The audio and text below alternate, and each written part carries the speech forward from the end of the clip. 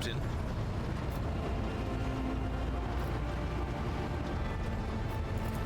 Lord Captain. Lord Captain.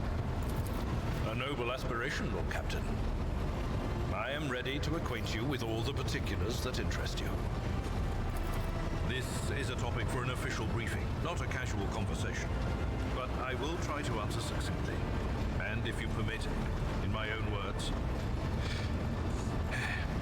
The Coronis Expanse is considerably removed from the heart of the Imperium. This means that local warp routes become useless within months. Established pathways are regularly subject to attacks from all kinds of rabble. And in the only major port, the Imperium's frigates find themselves moored alongside pirate vessels. Until recently, the Coronis Expanse could hardly have been called a region of the Imperium. The situation has changed with the arrival of the Lord Inquisitor, but not by much. This place operates under its own rules, you see. More radical, so to speak. But ones that allow for a non-standard approach where there is a promise of victory. The Coronis Expanse is considered rogue trader territory for a reason. Only rogue traders have sufficient military might, audacity, and the rights granted them by the warrant to survive the leap into the unexplored part of the Expanse, and in the event of a successful outcome, to hold on to whatever they manage to capture on the frontier. In the first instance, you should treat official representatives of the Imperium with respect. The Expanse may be on the fringes, but it still numbers among the territories of the Golden Throne. The arrival of the Lord Inquisitor has turned the Coronis Expanse into a less wild and uncontrolled region, to the regret of some individuals who had grown inured to the local lawlessness. Rogue traders such as yourself are also servants of the Imperium. They have been accorded special rights and powers. They wield immense authority within their territory, and they enjoy absolute respect in other parts of the Expanse. The most powerful of them are Caligos Winterscale and Incendia Bastal Chora. Tread carefully when dealing with either of them. If we are to speak of unclaimed territory, which is what Footfall is, among the scum that dwells on that handful of asteroids, there are 3 factions that wield considerable influence in the sector. The first is the Kazbala Commission, organized crime in its most primitive form. It holds sway over the Liege of Footfall and has links to rogue trader Winterscale. The second faction is an offshoot of our shining ecclesiarchy, followers of St. Drusus. They are actively building their forces and hold influence over rogue trader Chorda. And finally, the third faction, the Explorators, a wing of the Adeptus Mechanicus. They are willing to die and kill for the secrets of the ancient technological heresies that are hidden among the stars of the Coronis Expanse. You know, Lord Captain, I am no admirer of fine art. But when we next find ourselves in a civilized port with time to spare, I will promptly find an artist and commission a portrait of the individual to whom you refer, with a hole between the eyes. Conrad Voigtveer. That he committed his treachery and escaped with his life was an unforgivable oversight. We both served Lord Captain Theodora for many years, and we never saw eye to eye. He was brash. He was never afraid of assuming responsibility, and he willingly took on difficult tasks. I am loath to admit it, but the Von Velatius Protectorate continues to reap the fruits of his labors to this day. His service always garnered my respect. But everything else about him made me want to wring the neck of that two-faced snake. If you are taking comfort in the thought that we will hear no more of Conrad, prepare to be disappointed. You thwarted his plans, his meticulously plotted and nurtured treachery. He is sure to attempt to strike at you, and he will use his contacts and knowledge of the Protectorate to do so.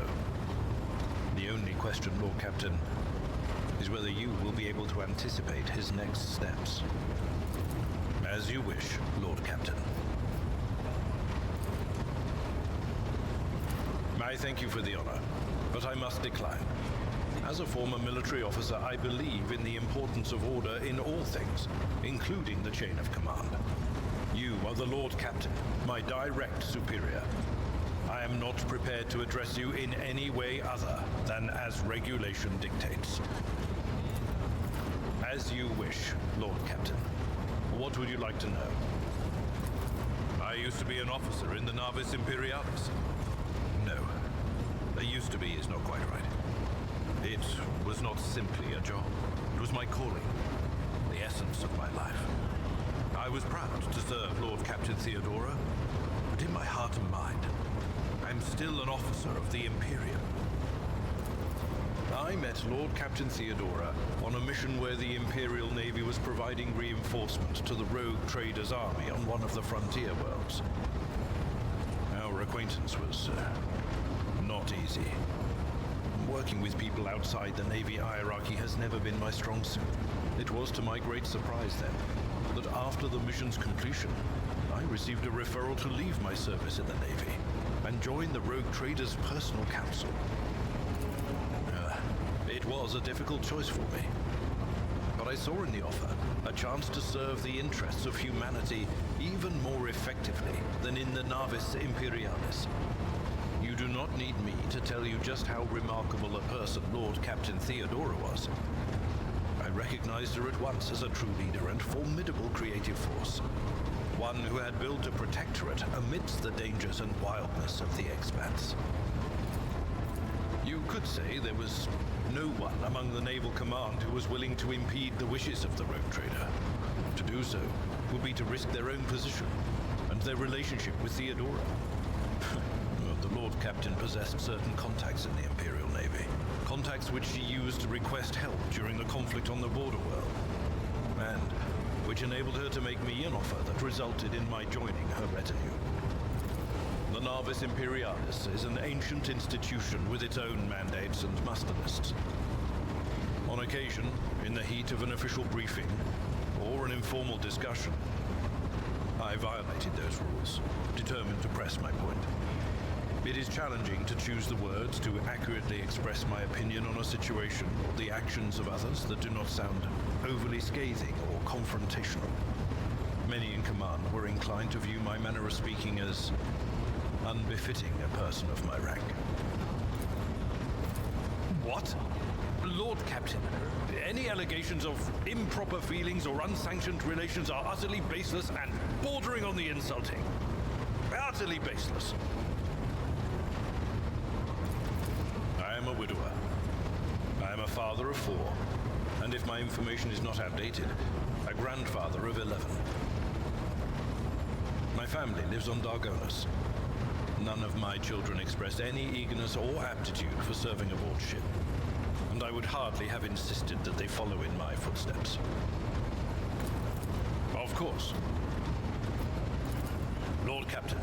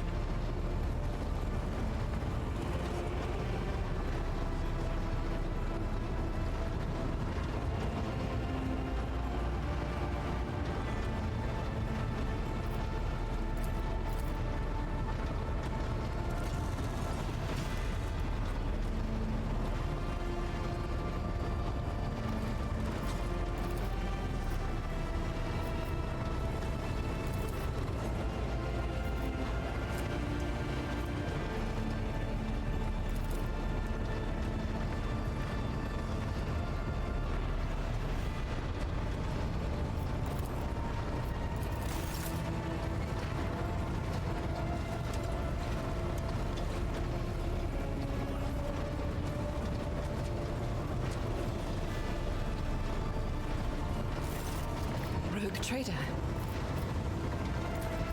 I indeed have a request, Rogue Trader.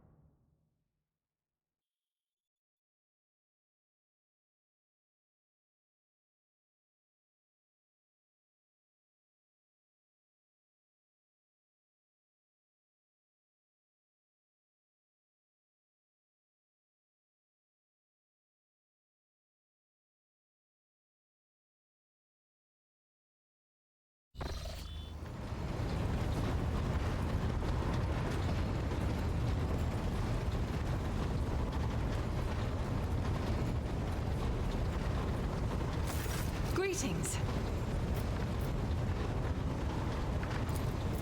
Gladly, there are none more faithful to the God Emperor than my sisters.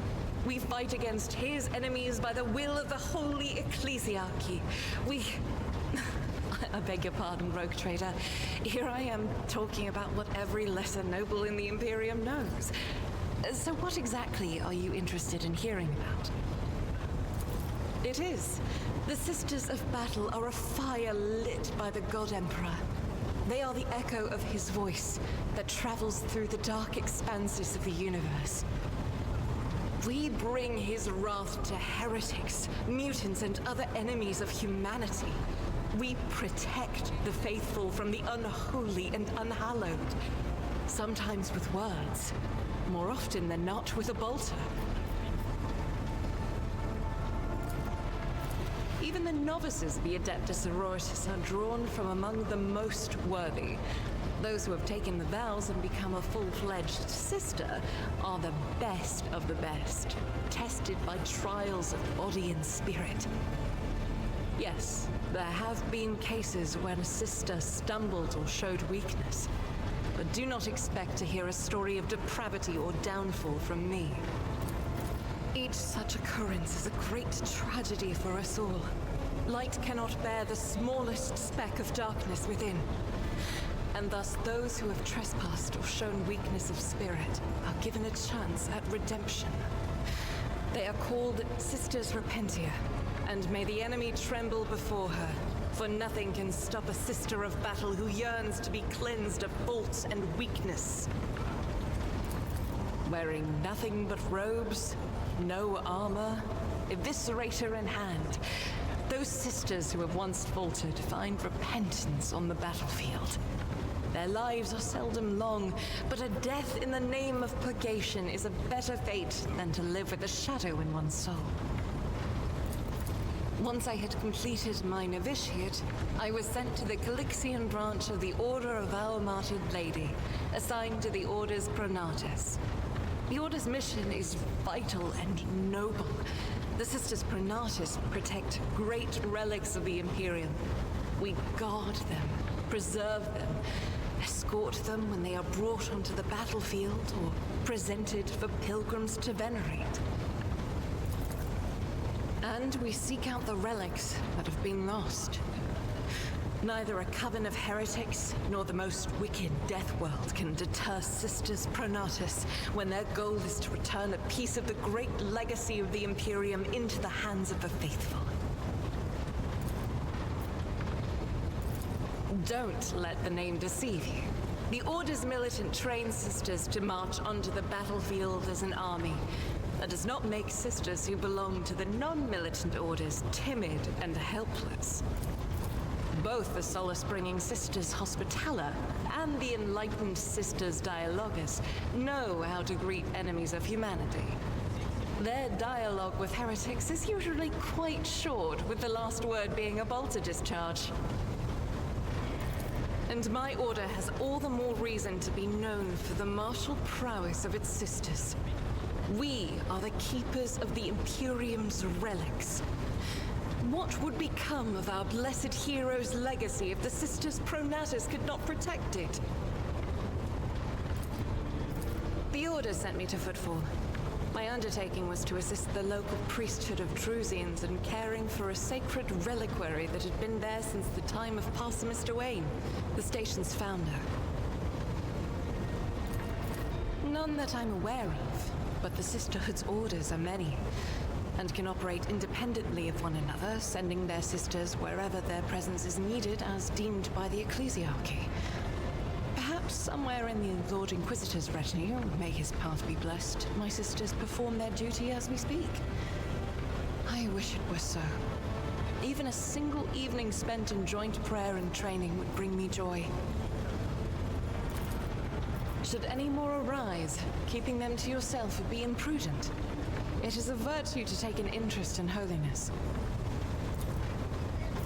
About me. I am the Emperor's daughter and his servant. What else is there to tell about me?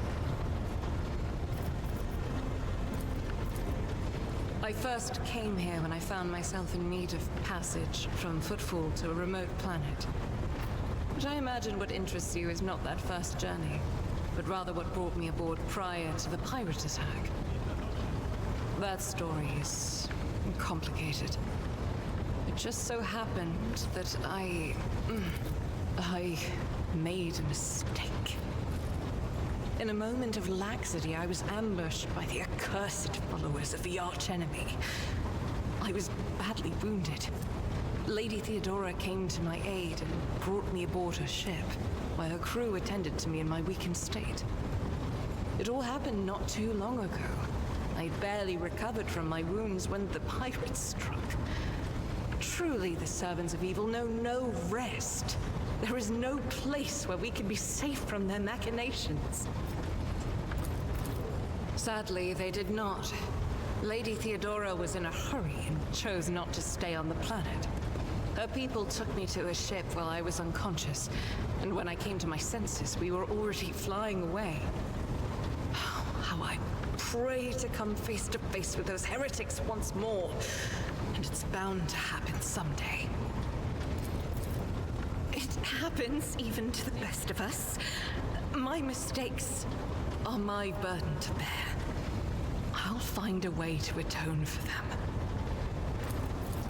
On one of the recently discovered planets in the Expanse, no one suspected that it had already been tainted by the filth of heresy. Had I known it beforehand, of course I would have been on my guard. The path to that planet was lost. All the knowledge is gone, along with the previous navigator. It would take immense effort and resources to rediscover the route. The heir to the von Valanci's protectorate must have plenty of other issues to deal with right now. Perhaps later, when the skies above our heads have cleared. I hadn't been here that long. Just one journey from Footfall, and the other journey, the majority of which I spent in the confines of the Medbay. I can't tell you much about the first voyage. I was more focused on prayers and ruminations than on the people around me, or the journey itself. During the last journey, Senator Viserion stood out for me. He came by several times to ask about my health. He's an honorable man and a loyal servant of the Imperium. I think he is as meticulous in his inspections of the logistics systems as he is in his inquiries about the health of the occasional sister of battle aboard the ship. But not all of Theodora's people have earned my trust. You know who I'm talking about. There is no place for Adira Tlas among the God Emperor's faithful. I'm surprised she wasn't in league with the pirates. And I'm equally surprised by how deep heresy and treason run in this place. I'm glad we all made it through that dark hour. May the day that follows be bright. As you wish. This ship was targeted by heretical pirates, which means that my presence here and the assistance I provide to you are my sacred duty. Sooner or later, I will likely have to return to Footfall to protect its reliquary. But for now, I wish to remain a part of the Rogue Trader's crew.